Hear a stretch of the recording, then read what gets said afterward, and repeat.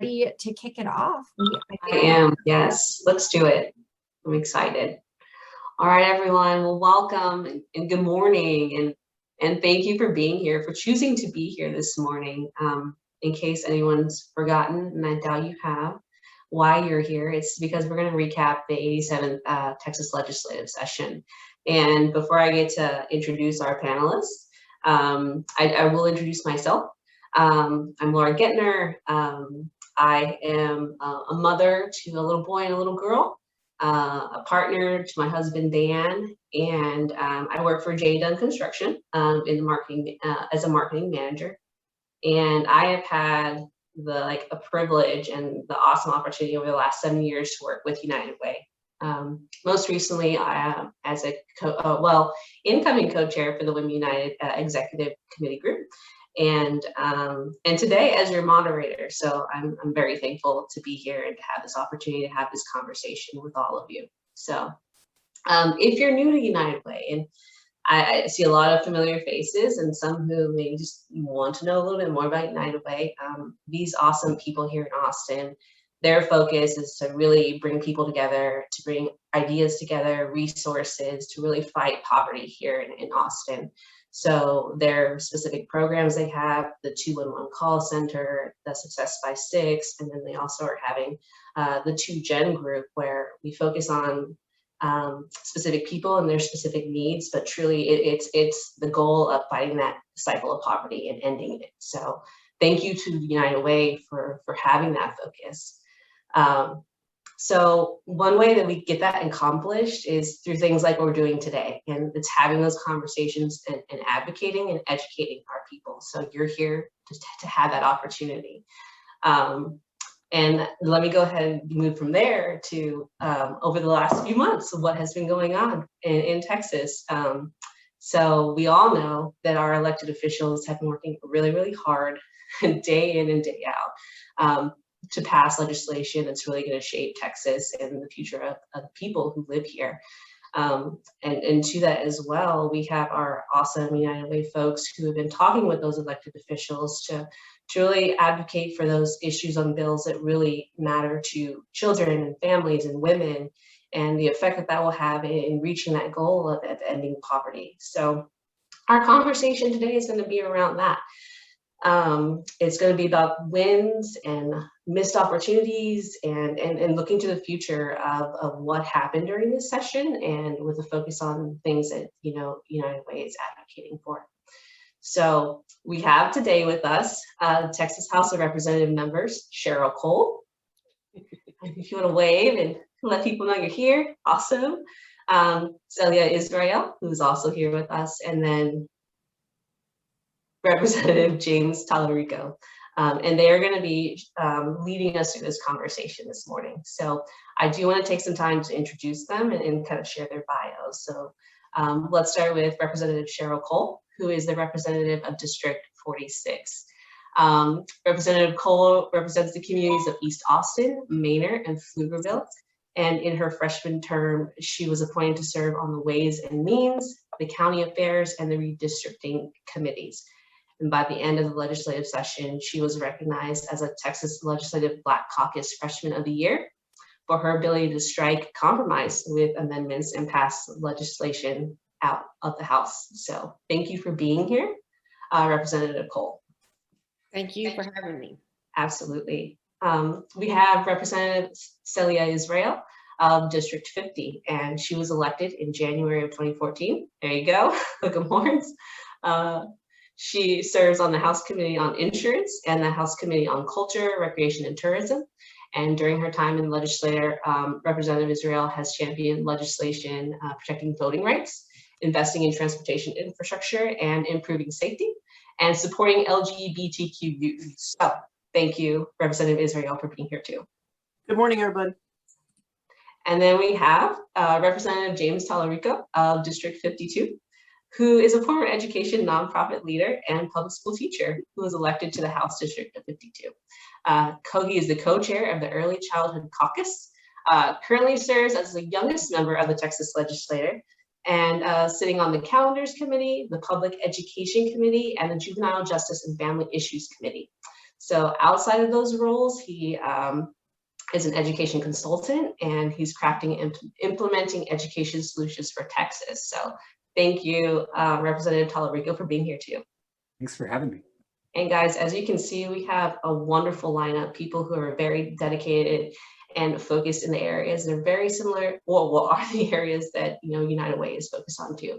So we're gonna have a really awesome conversation. And before we start that conversation and the questions that we have, Jennifer, just wanna make sure that people can, if they have questions, they can include them on the chat side, and then we'll have a Q&A time as well, correct? I think she's giving us a thumbs up. So yes, perfect. Okay, so let's go ahead and get started. This is a question to everybody. Given our United Way priorities, including early childhood education, maternal and child care, health care, and digital inclusion, what were the biggest wins this year in the legislative session? And I would like to start with Representative Cole. I'll ask you to kick off this question. But specifically, we really would like to hear too about HB 5, House Bill 5, which is about the formation of broadband development. So if you would take it away. Thank you. I'm glad to be here, and thank you, United Way, for providing this opportunity for us to give a legislative wrap up. As to broadband, it was a great victory that was shared in a bipartisan manner. The bill was carried by Representative Trent Ashby, and we put funding into broadband, and it will definitely go to help more of the marginalized communities with their internet connection and speed. So we have to be grateful for that. I think we need to work on making sure that we have adequate partnerships with the school districts to make sure that there's a collaboration between the children and their internet connections at home and when they have to do their schoolwork. But I'm very proud of that. As far as the legislative session, we had a tough one. There was a lot of back and forth on various controversial bills, and we can talk about that later. But all in all, we got a lot done that should be helpful to United Way and its priorities. Wonderful. Thank you so much. Representative Israel, I would like to ask you the same question. And I know that we have a lot still to do with maternal and child healthcare, but things are passed. House Bill 290, which is coverage for kids in Medicaid, I believe, and then House Bill 133, which was extending that Medicare coverage after postpartum, I believe, from 2 months to 6 months, correct? So there were some big wins there, but love to get your insights and what was happening. Well, Laura, I'm always glass half full, but when you say a big win, I'm even I, who am the eternal optimist, have to hold back on that one. Mm-hmm. But a win is a win, and we live in 2-year increments. You know, we heal up, we hydrate, and we work out and get ready for another battle. But on this battle that we just finished, we did get a bill that was a long time effort from Representative Cortez in San Antonio. And sometimes a bill doesn't have to have your name on it to be for you to be proud of it, because sometimes you just gotta slice it, dice it, throw it on somebody else's bill that is moving. And that's what happened this time. Rep Cortez has been a long time sponsor of a bill. You know, it was a big deal when Texas finally provided Medicaid eligibility for children. And but in a very Texas fashion, we made families report in 4 times a year to update their income eligibility. Just that constant fear of abuse and fraud from people who are really, you know, just working hard to make ends meet. So along the lines of where United Way is, you know, healthcare is such an impactful portion of the family's budget. For the family to be able to say to the kids, you guys are insured through a public initiative, is a good thing. But the bill got rid of the 4-year reporting period. And my staff just sent me a stat this morning that in 2019 alone, Texas terminated Medicaid for 65,000 kids because they didn't report in a quarterly fashion. Why we create obstacles sometimes is beyond me. We should be thinking about the end goal. The end goal is to just get people on a good healthcare regimen that we all enjoy. So it passed the House and on somebody else's bill, and that was a good thing. And the other, I think, big item that we did was House Bill 133 by my colleague in Dallas, Tony Rose, passed, and that took ideally her goal was to take it to 1 year. Yes. We had to compromise and get it to 6 months. So 6 months after pregnancy, and that was a line item in our budget. Rep. Talarico can speak to this as an appropriator, but I believe it cost about $44 million of our money. But that's, of course, money well spent. That's reassuring to a family that we're going to take care of your kid all up until 6 months. So that passed, and that was a good thing. Excellent. Thank you. Thank you for that honesty and that point of view, the points that you were making. Well, Representative Talarico, similar question to you. And I know, again, other House bills did pass regarding early childhood care, quality of that, and also so the support for the early child care education in the workforce for them. So there were a couple of things that happened there that you were also fighting for those initiatives, and we'd love for you to talk to those too. Yeah, well, first, thanks for having me, and I'm so appreciative of the work that United Way does in our community. And I have to agree with my friends and colleagues that this was overall a really dark session, and we did a lot of harm to some of the most vulnerable populations in our state: trans kids, women in need of reproductive health care,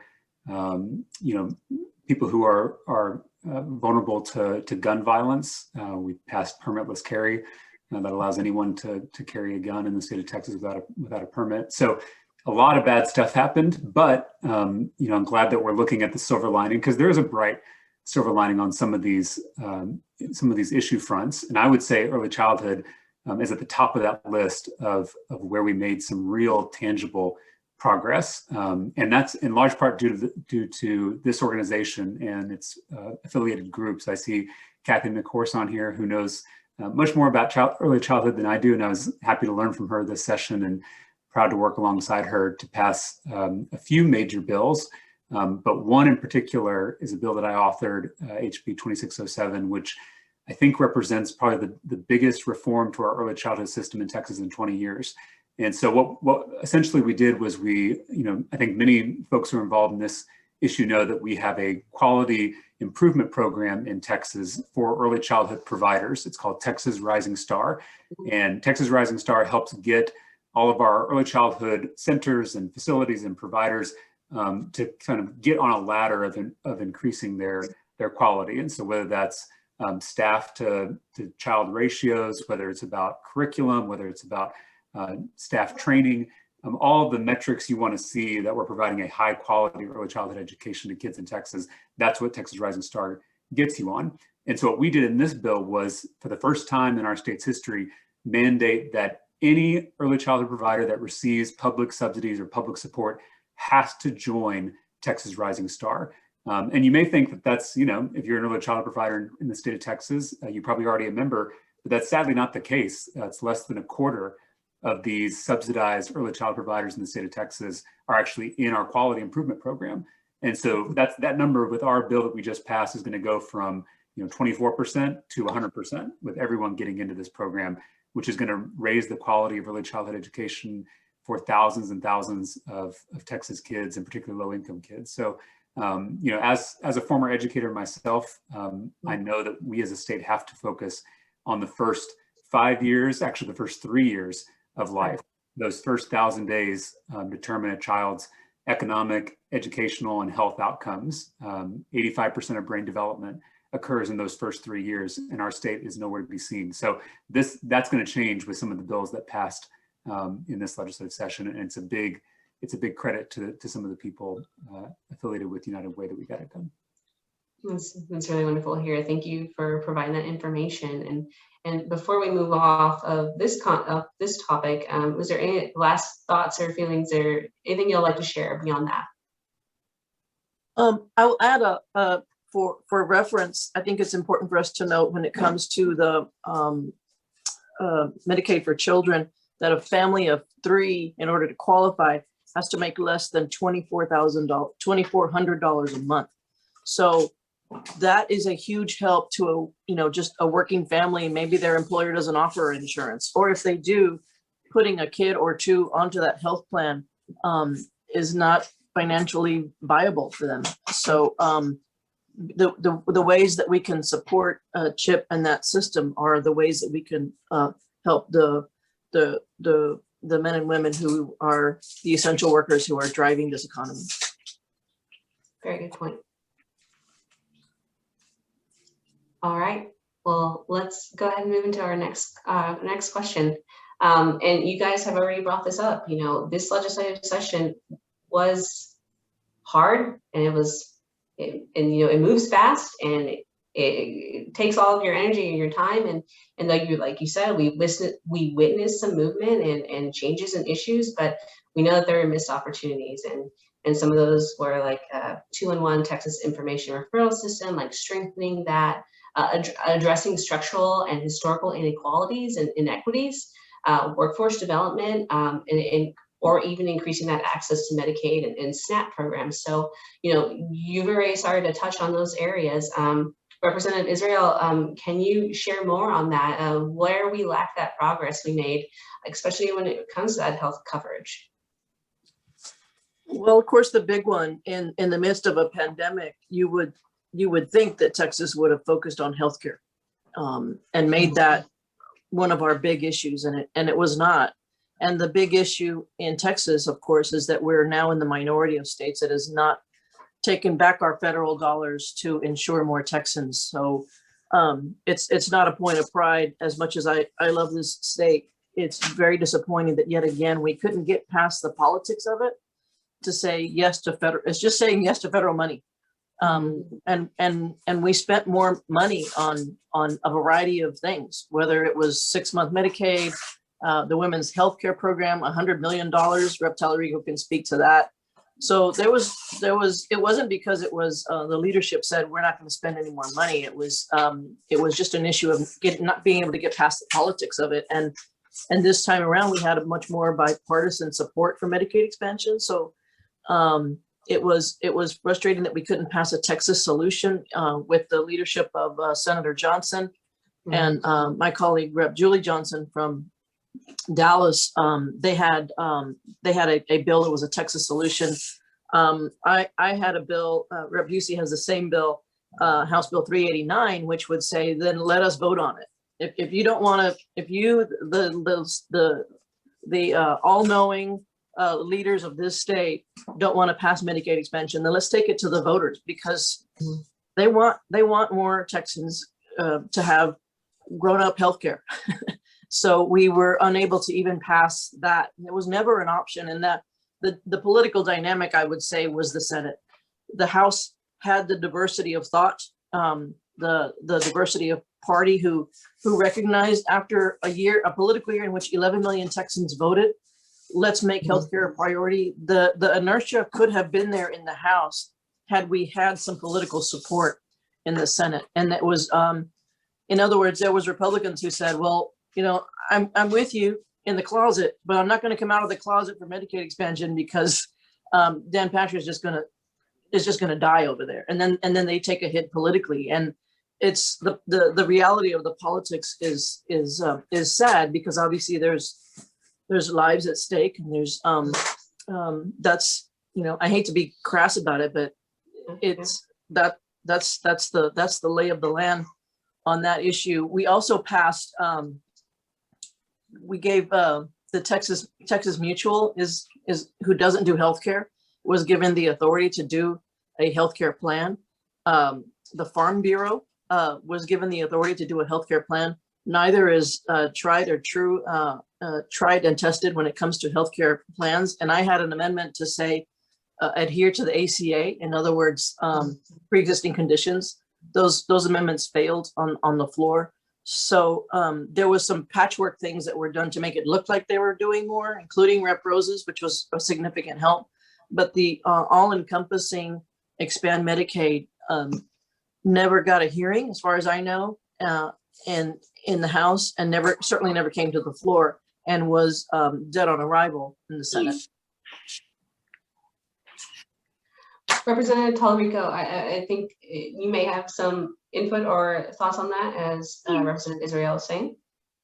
Yeah, I completely agree with Rep. Israel that Medicaid expansion has to be the biggest missed opportunity in this past session, and as Ashley mentioned, such an easy thing for our state to do that could help so many of our fellow Texans. So it's unconscionable to me that we couldn't muster the political courage and political will to get something like that done. One area I'll mention, we all know how much our community suffered after the winter storm and the blackout that followed. There were some minor reforms made to ERCOT to make sure that our energy grid will weatherize and winterize. But there could have been a lot more done to ensure a disaster like that doesn't happen. And that's sadly because a lot of those energy interests have well-paid lobbyists at the Texas Capitol who will ensure that major reforms don't occur, and that we don't make them pay for this mistake and pay to make sure it doesn't happen again.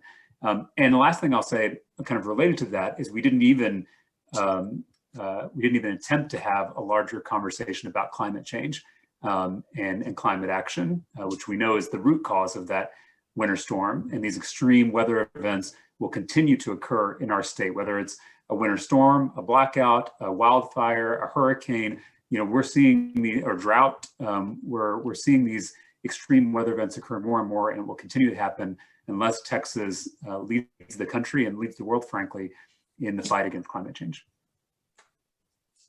I'll add a little bit here. I think one of the other failures in our efforts to deal with the energy crisis and that happened under the storm Uri was the failure to put in any money for properly weatherization that would benefit the low income and underserved communities. And without that help, the disproportionate weight of the storm fell on those communities, and we didn't put any money in to alleviate that. And then another big failure that I think we didn't do this time is to fund the Office of Minority Health and Statistics.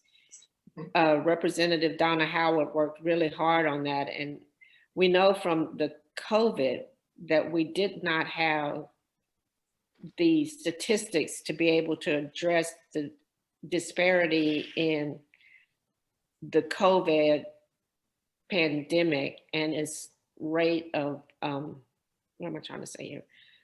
The way that we've had disproportionate amount of the minority population suffer from COVID, and we were not able to put together the database to be able to deal with that. And the Office of Minority Health Statistics would have went a long way in addressing that. And it just died in the Senate.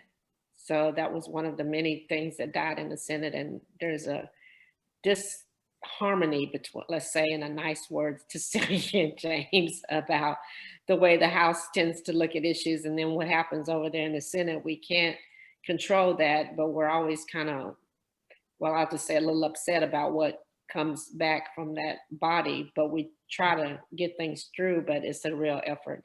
And the Office of Minority Health Statistics was one of those. Thank you for sharing that. And Representative Cole, I do want to stay with you for a minute, because to talk about another point that was made, you were instrumental, like critical, in organizing that walkout to stop the Senate Bill 7.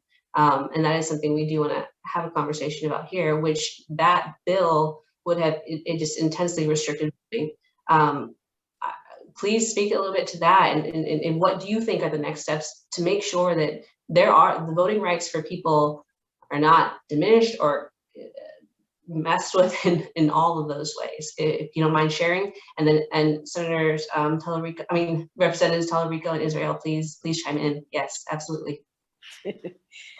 Well, Senate Bill 7 was something that affected all of us, and especially in the Texas House, with just the massive changes that it was going to make to cut down on early voting.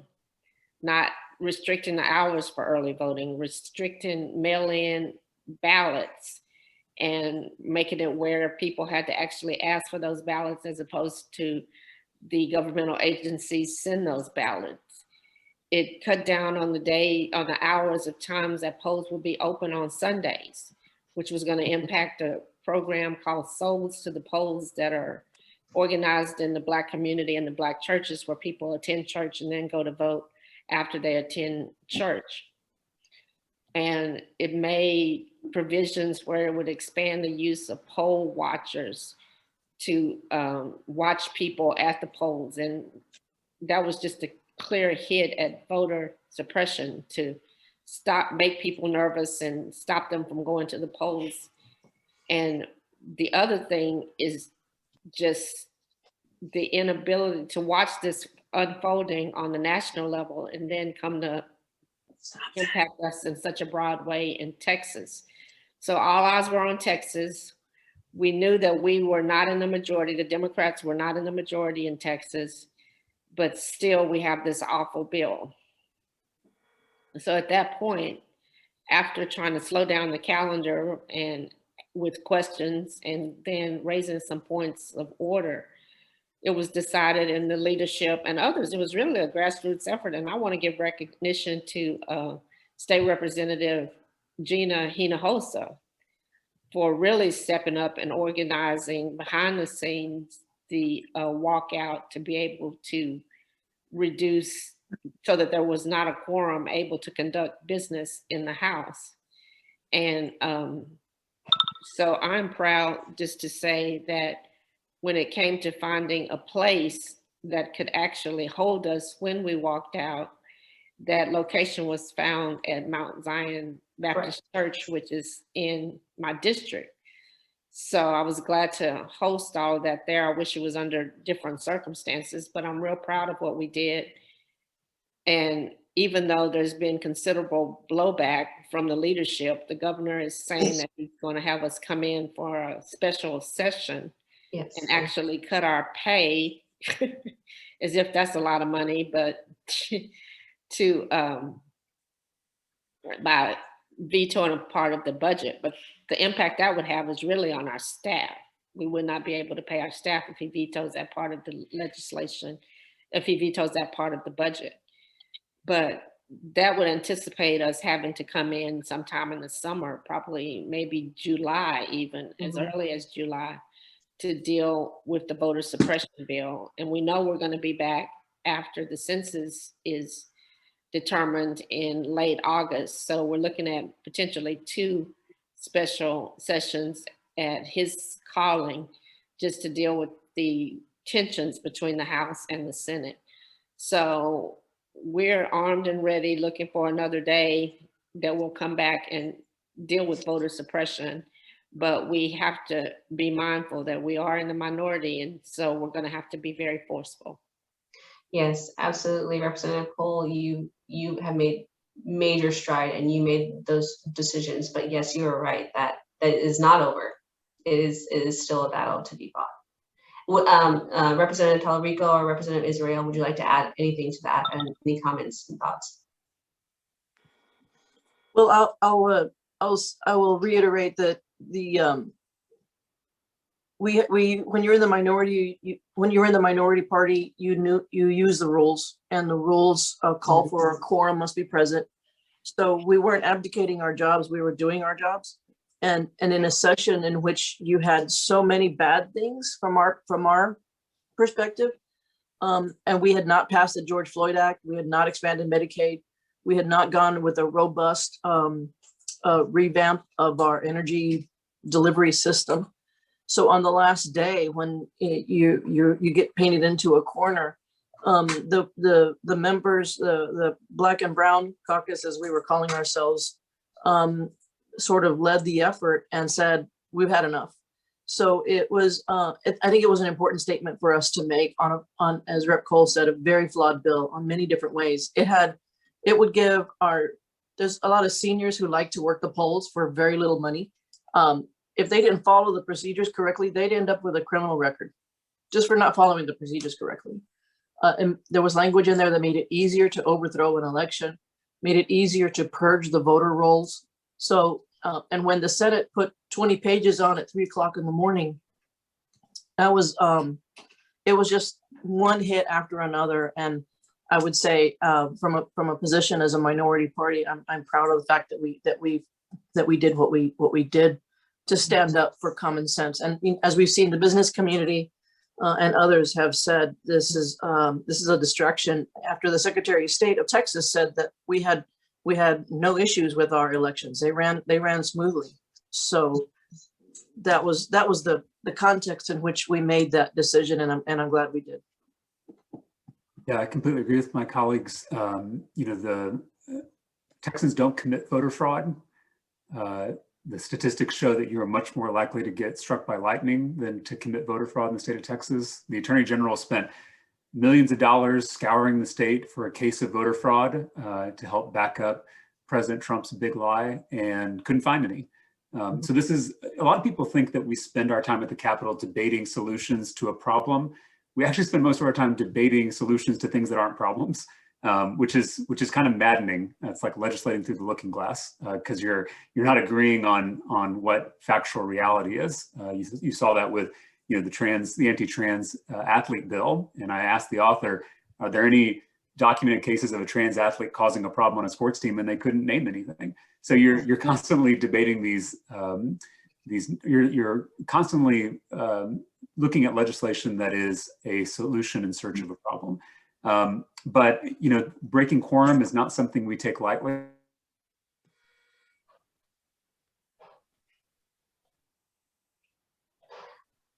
I'm sorry, I think I have a Representative Talarico is frozen. Is anyone else having? Okay. I'm not sure if he can hear us or not.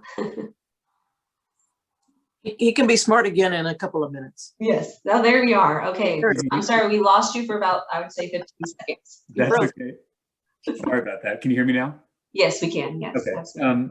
Yeah. The only thing I was going to say is that this is a pretty rare legislative maneuver, and we only use it as a reaction to a really egregious abuse of power, and that's what this represents. And we can debate policy topics. We as Texas Democrats, the three of us on this panel, we lose a lot of votes, like big boys and girls. We lose our votes and we live to fight another day. But we can debate issues, but we can't debate democracy itself. You can't rig the rules to the game, and that's what we were standing up against. Thank you all. Thank you for those very passionate responses and statements. I appreciate that very much. Is there anything else you'd like to continue to share about those missed opportunities or failures that were happened? And if not, then we can move into talking about the future. Where do we go from here? All right. Well, in that case, what does come next? Obviously, this is not a fight that is ended, and there's more to be done. And when we think about that question, I want you to also think about this audience. Like, what can they be doing to take action over the next months and year? What can they be doing as part of their daily lives, or to support these issues and to move them forward as well? Not just what you're doing, but how can you get your people to be active as well? Well, as I mentioned before, we're headed back to a special session. So that means we'll be meeting about the issues that the governor identifies on our plate. It's not a totally opening up of bills. It's only a limited items that we can consider. But we know the voter suppression bill will be back. And also he has said that he wants to bring back priority legislation on bail reform. So as always, it really does help to be in touch with your representative and other members about your position on the issues. So I would encourage people to continue to follow the issues through United Way and other groups that they may be involved in, and to contact your representative and the governor and the lieutenant governor about your stance on these issues and how you think Texas should approach them. Because after all, we are your representatives, and hearing from you makes a difference. And Celia might can speak to this a little more, because weren't successful in overturning the House back to Democratic Mm-hmm. majority, we still thought that because the races were so close, that they would have been more accommodating and less just angry and coming at us with the vendetta. And I don't know why that didn't happen, but they still have representation in their districts of people that think not like they're voting, and they need to hear from those people. And organizing to do that always gets attention. So I'd encourage that. Yeah, I would add for those of you on the Zoom today, I always say using your social media in a smart way is helpful. We don't. I always recommend, if you're not listening to the Texas Standard on NPR, that's a really good way to get updated on what we're up to. Reading the TexasTribune.org, well written. They cover us like a blanket. You know, so if you want to advocate, you want to advocate from a position of intelligence, right? And being up to date on what's happening. And not everybody knows. And I was talking to my as an example, my brother in El Paso, who's, you know, highly educated, very interested in politics.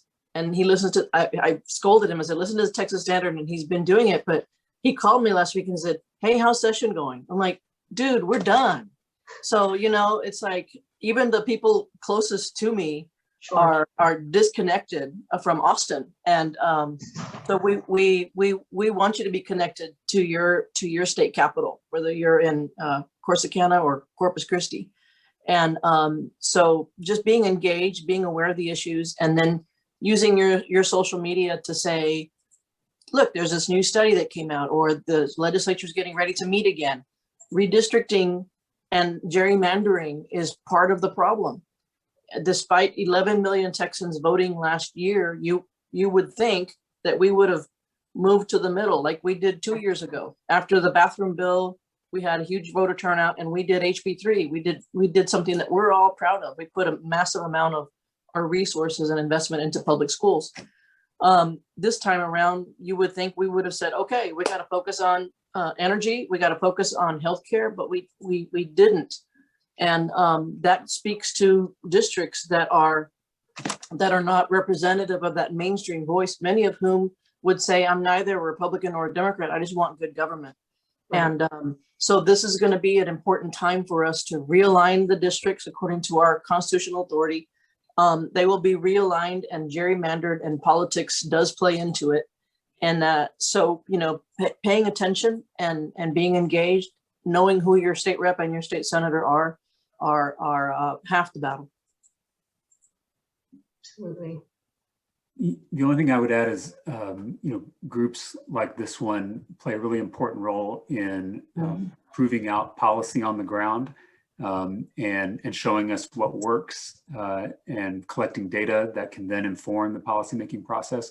So it's really, you know, groups like the United Way are part of that policy feedback loop. You know, I think we talked about early childhood earlier as being a success story. You know, that was because, you know, things like home visiting programs, which the state funded a little bit, have proven to be so effective, and we have data to prove that. And groups like this have been able to build bipartisan support for some of these things. You know, thankfully, early childhood is one of the few policy areas that's not polarized by party. And so we can actually get something done in a Republican-dominated legislature. So the more that y'all can do that in local communities around the state, the more it bubbles up to the state level, where we can then make statewide policies that kind of can scale what's working on the ground. Laura, I would add also, if any of you, I'm not offering up my colleagues' time, but I think if you're a politician, you like people, and we want, in a post-pandemic, we would really like to see you in person. So if your neighborhood group, your PTA, your civic organization would like to hear from us, I want you to know who we are. And we want to be able to connect with you. So, you know, make sure that you invite your state reps and state senators to come and join you. And even if it's just for you know, national night out or some kind of barbecue, like you should Right. know we're just women and men who are just trying to make a living, and we love the state of Texas, and we're trying to do our best. So the more we're connected to our constituency, the better. Did you hear that, everyone? Those are some very specific and purposeful action items to take. You know, Yeah, you I want wanna to get commend you. intelligent about information, the Tribune, Texas Standard. You need to be writing, calling, communicating with your representatives, and they want to talk to you, and they want to know you over a meal. You know, Yeah. and then Heavy on the meal. We really want to know the meal. there you go. Yeah. Some coffee, something. You know, it's getting Something. hot. Maybe not coffee. Maybe some iced tea. But also, like, unite away. Stay informed. Get to know them. Know what they're doing. What are we advocating for? Those are key ways for you to continue to help and support and improve what they are doing every single day. Thank you. Thank you so much for that. Any last things before we move into Q&A? I think we're almost good on time. If not, then let's go ahead. Jennifer, I do have one question if you want me to start off with that. If not, do you have anything you want to start with in your chat? No, I'll start with mine. Okay, perfect. This is to Representative Talarico. We know that you have recently announced the Early Childhood Caucus with other representatives. Can you tell us more about that, and what are you expecting or wanting to accomplish? Yeah, I can't believe I didn't talk about that. So, you know, and for those that are new to the legislative process, a caucus, I guess, is kind of like a group within the legislature based on kind of background, identity, belief, or interest. So it's kind of like clubs in high school, I guess is a good way to say it. And so we have lots of different caucuses. There's a rural caucus, there's a women's health caucus. There, Representative Israel was one of the founding members of the LGBTQ caucus. So, but there was not an early childhood caucus. And as I mentioned earlier, I think this is the most important policy area that our state can focus on. If we can get early childhood right, we can help create a more just and free world for future generations. And so we established this bipartisan early childhood caucus this session for the first time. You see the link just got posted. Oh, perfect. And the goal is really to have resources to hire a staff member that can be full-time. This caucus will help generate conversations about early childhood, help lead learning sessions around early childhood. We're going to have a film screening for our colleagues and for legislative staffers. So the idea is really to build up people's knowledge and interest and commitment for high quality and equitable early childhood care and education. You know, honestly, if you ask most of our colleagues about early childhood, they can talk about pre-K and that's about it. So pre-K is kind of the extent of their knowledge. And so that, to us, those of us that are interested in this, decided to start this organization to help build up that knowledge among policymakers in the Capitol. That's really wonderful to hear, and thank you for doing that, for making that happen. And that is now hopefully going to be an action item that they are going to be more educated about and more aware of.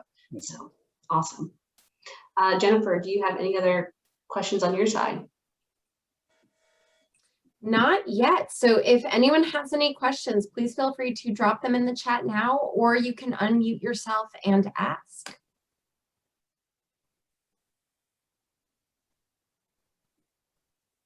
Thank you all for being here. My name is Bill Butler. I really appreciate y'all reporting out. And I just want to learn a little bit more about Representative Talarico, how you, I think you mentioned your age, and I was kind of like, wow, how did you get involved? And who was your mentor that led you to this point? Yeah, good question. We didn't, yeah, so Israel, just raise your hand. So I do, so I sit behind Celia on the House floor, and she's not as nice as she seems on this Zoom. No, we mentioned ways to get involved. The three of us would also strongly encourage all of you to consider running for office yourselves, because the more smart, passionate people with expertise in these issue areas that run for office, the better for our democracy, no matter what party you're a part of. We'd all prefer a Democrat, but you know, it's a nonpartisan organization. So any party you want to run in, as long as you are informed, as long as you care about people, I think you can do a good job in a body like ours. And especially, I know we have a lot of young people on this call. So I currently serve as the youngest member, but I just turned 32, which is not that young. And we have a really young state. We'll be the judge of that. So thank you, Laura Hernandez, for that. But I think we have to have a legislature that looks like Texas. So not only do we need more young people, but we certainly need more women. We certainly need more people of color. We certainly need more LGBTQ folks to run for office. So be thinking about that. And I think I speak for Representative Cole and Representative Israel that we would love to connect with you if you're interested in that, or think through what's the right office to run for, whether that's federal, whether it's state, whether it's a local office. So please do consider that walking away from this call.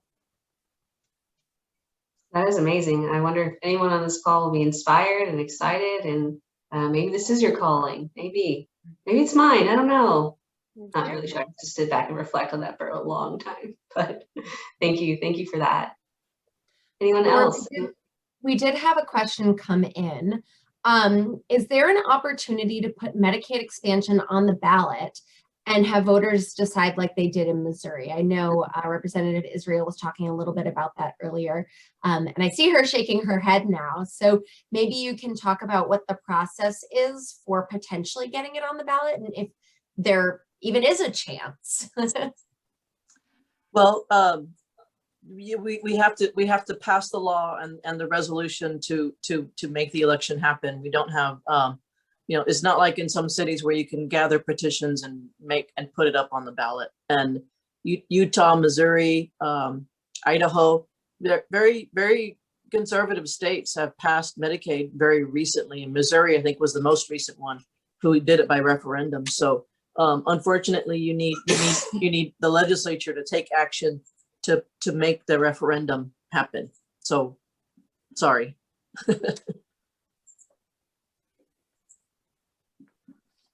And another question, how can we best influence the upcoming redistricting in special session to fight the rampant gerrymandering in past efforts by the Republicans? I'm not going to call anyone out specifically. That was the question, though.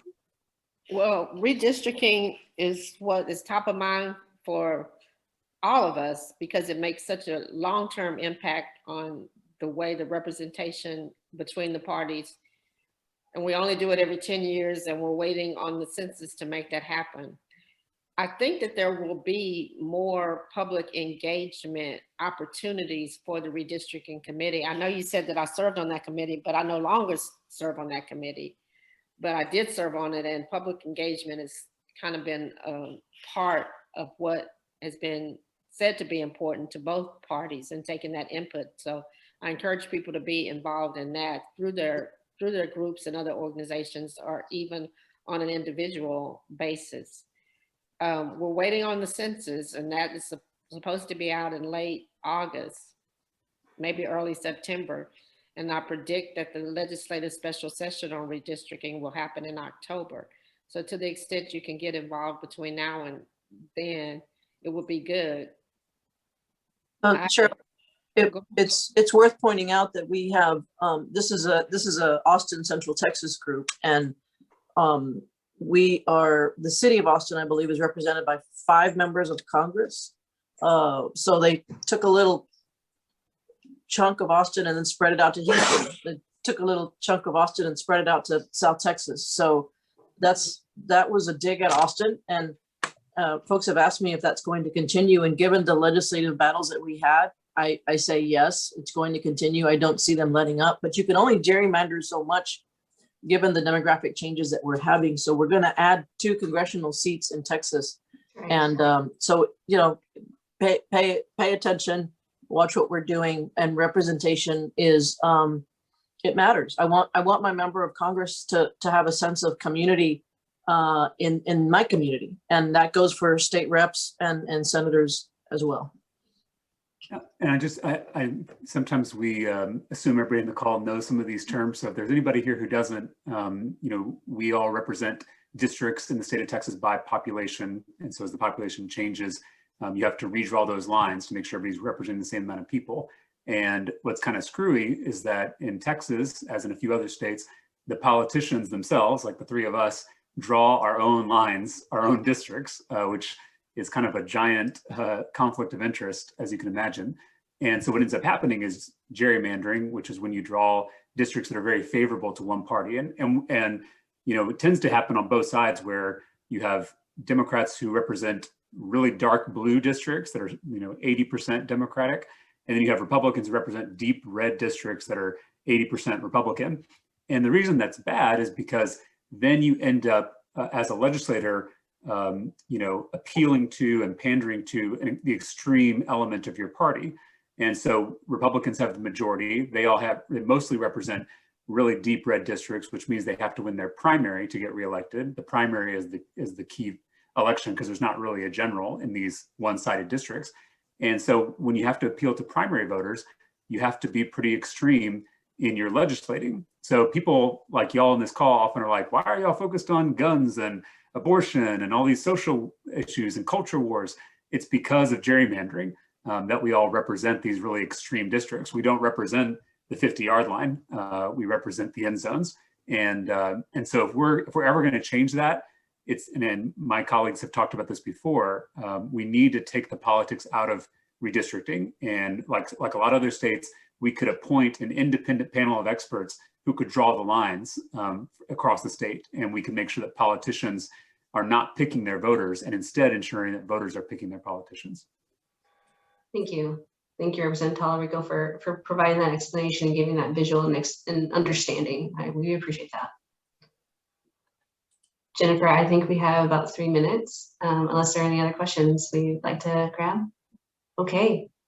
Well, everyone, we've had a really wonderful conversation, and thank you very much, Representatives Cole, Israel, and Talarico, for your time and your effort. And if anything, I'm walking away from this realizing that you guys are giving voices to Texans, and especially those that are not heard.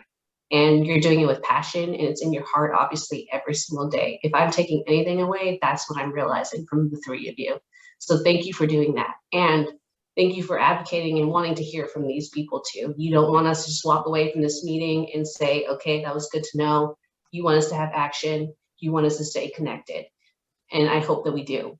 So, and to our audience, thank you for being here. Thank you again for taking that time to listen and to hear. And you have some really good ways to take action and next steps. And without having these opportunities to learn, to be educated, to advocate, to know how to advocate, United Way cannot be as successful as they are. It takes those people, it takes your generosity, your time, your knowledge, and your passion as well to make that happen. So thank you for being here too. I think that's we've wrapped up, and unless anyone has any last comments or thoughts or feelings, again, I appreciate your time, and hopefully everyone here has something to take away with knowledge or something to reflect, and realizing that you do have a way to bring action and to make things happen and change. So Thank you, Laura. Thanks everybody for joining us. thank you all. Appreciate it. Have a wonderful day, wonderful Thursday.